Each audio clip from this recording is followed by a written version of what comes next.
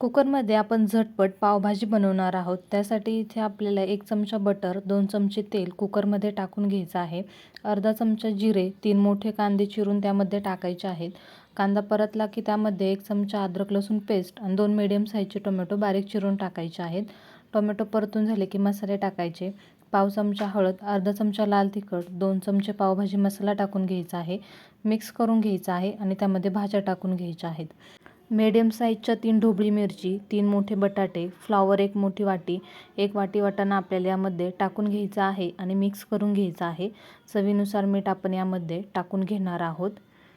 साईडला 2 ग्लास पाणी गरम होण्यासाठी ठेवलं आहे. गरम पाणी यामध्ये टाकून घ्यायचं आहे. मिक्स करून कुकरच्या कमी गॅसवर 2 शिट्ट्या करून घ्यायच्या आहेत. कुकर थंड झाल्याच्या नंतर स्मॅशरच्या मदतीने हे भाज्या स्मॅश करून घ्यायच्या आहेत. कोथिंबीर यामध्ये टाकून घ्यायची आहे आणि झटपट 15 मिनिटात पावभाजी आपली रेडी आहे.